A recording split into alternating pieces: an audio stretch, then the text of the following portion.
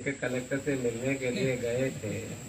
अब हमें तो कोई मालूम नहीं था, हम तो आपके पीछे पीछे चल दिया टैक्सी में। वो एसी गाड़ी टैक्सी, तो उसमें गए थे। ऑटो ऑटो में गए थे। तो हमने उनसे कहा था, उसको मैं नाम नहीं जानता हूँ, मैंने कहा था 2 लाख का आवेदन देना चाहिए। जब यहाँ तक आए हैं तो आवक में देना चाहिए और उसकी प्राप्ति लेना चाहिए, क्योंकि हम यहाँ तक आए हैं। तो आने जाने का मतलब क्या निकलता है? खरीद पेरिया में यहाँ से गए, खरीद पेरिया में उधर से आए। इसलिए हम क्लियर कट बात करते हैं, जो बात हाँ या ना।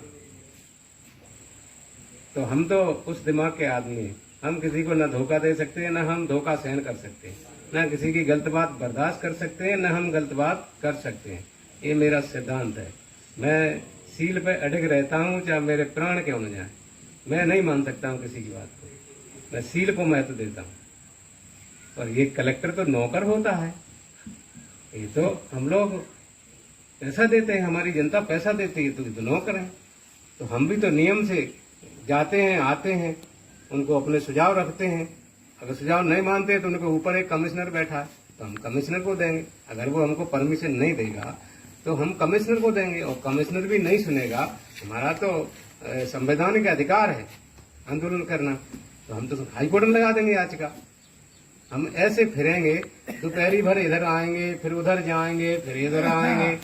ये क्या है? ये तो भेड़िया भेड़ चराने वाला जो होता है, वो भेड़ चराने ले जाता है, फिर अपने वापस आ जाता है। फिर तो ये बातें तो ठीक नहीं है, क्लियर कट बात होना चाहिए। नहीं देता कलेक्टर, तो कलेक्टर नहीं देता परमिशन, हम कमिश्नर पे चलेंगे। चलो हम चलते कमिश्नर पे बात करने के लिए। मैं बात करूंगा उससे, आप पीछे पीछे रहना। आप क्यों नहीं देता है? अरे आपका चुनाव बुद्धगया में है, बुद्धगया में चुनाव, हम पंचायत में जा रहे हैं, हमको जगह दे रहा है गांव का आदमी, तो हम उसमें जा रहे हैं, हम उस जगह लेंगे और रहेंगे। लेकिन स्थायी रहना चाहिए। इधर उधर चलना फिरना ये ठीक नहीं है। क्यों जी, हम ठीक बोल रहे हैं गलत बोल रहे हैं? बहुत ठीक बोल रहे हैं आप। यहाँ पर बोधगया में जिस षड्यंत्र से धरने को उठाया गया, ये भी हमको दिमाग में रखना होगा। जितने भी षड्यंत्र करें, हम लोग इस बार तो बीटी एक्ट 1949 को निरस्त करके ही उठेंगे। सुखो बुद्धानं पादो सुखा सत्थम अधीसनाम सुख संघस सामग्री समकाणं तपो सुखो। सुखद है बुद्धों का जन्म होना, सुखद है सद्धम्म की देशना, सुखद है संघ का समूह में तप करना। इस सत्य वचन से आप सभी का जय मंगल हो। आज 10 जून महाबोधि महाविहार मुक्ति आंदोलन का और धरने का 119वां दिन। पिछले 119 दिनों से हम बीटी एक्ट 1949 निरस्त करने के लिए यह आंदोलन चला रहे हैं। आज जेठ पूर्णिमा है। जेठ पूर्णिमा कई जगहों पे वट पूर्णिमा के रूप में भी मनाई जाती है।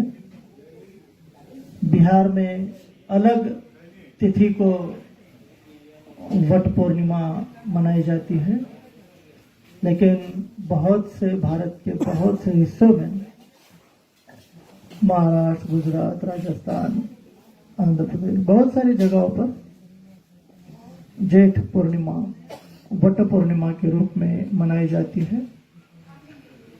इस पूर्णिमा का सबसे बड़ा महत्व है सुजाता सेनानी गांव की सुजाता की धम्म दीक्षा इसी पूर्णिमा को संपन्न हुई। इसी पूर्णिमा को, जेठ पूर्णिमा के ही दिन, जो व्यापारी थे तपस्सुक और भल्लिक,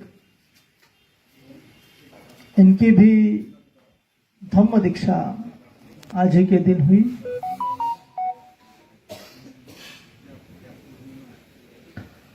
और आज ही के दिन, आज के पूर्णिमा के दिन,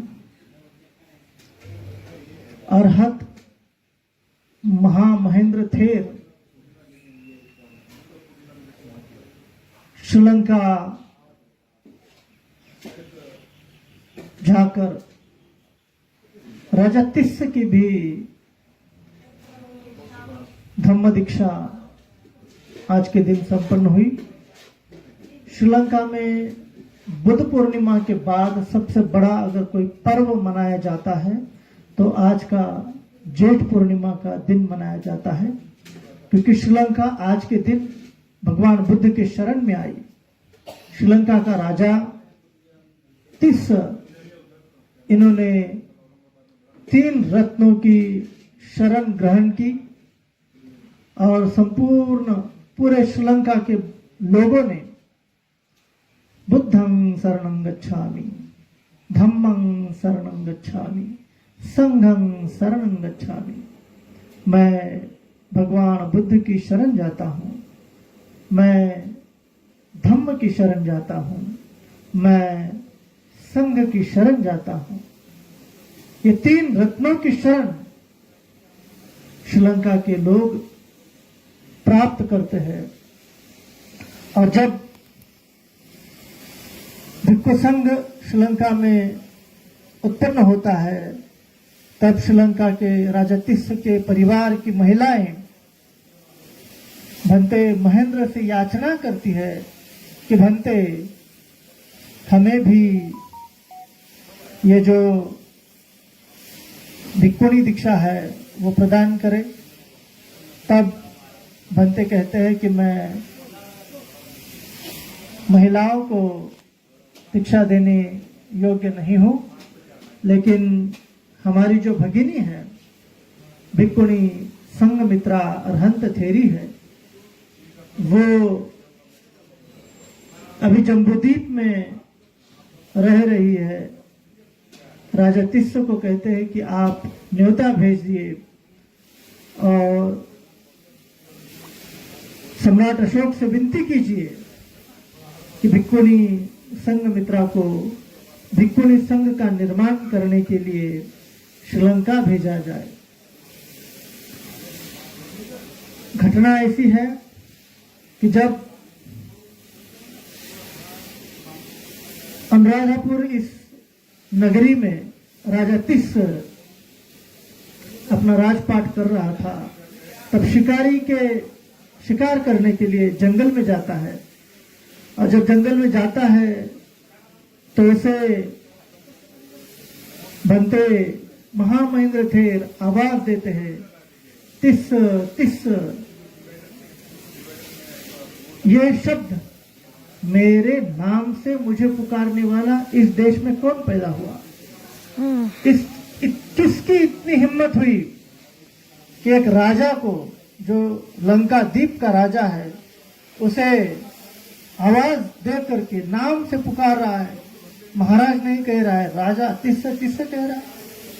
तो उन्होंने पूछा, तुम कौन हो? तो महामहेंद्र कहते हैं, मैं तथागत भगवान बुद्ध का शिष्य हूं और मैं तुम्हें धर्म सिखाने जम्बूद्वीप से आया हूं। तब राजा फिर पूछता है, भंते आप इतने दूर कैसे आए? तो भंते कहते हैं, न मैं पैदल आया, न मैं किसी नाव में आया, मैं आकाश मार्ग से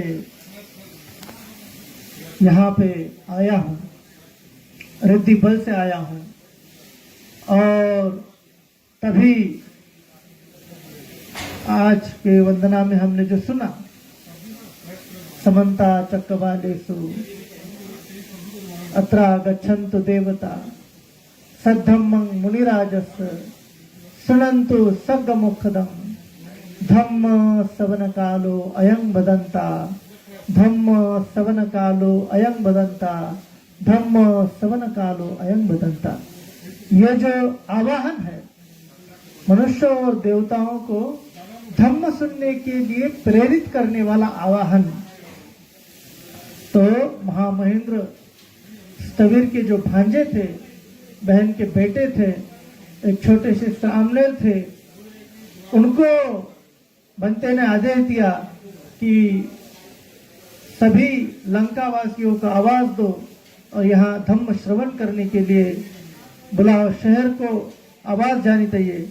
तो जिस पहाड़ी पे चढ़ करके ये गाथा कही गई, उस पहाड़ी को आज के श्रीलंका में मिहिंतले नाम से जानते हैं।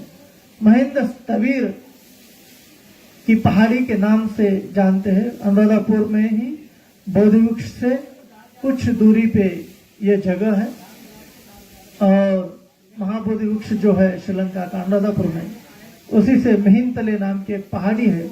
वहां पे एक बुद्ध मूर्ति बिठाई गई है, एक स्तूप बिठाया गया है।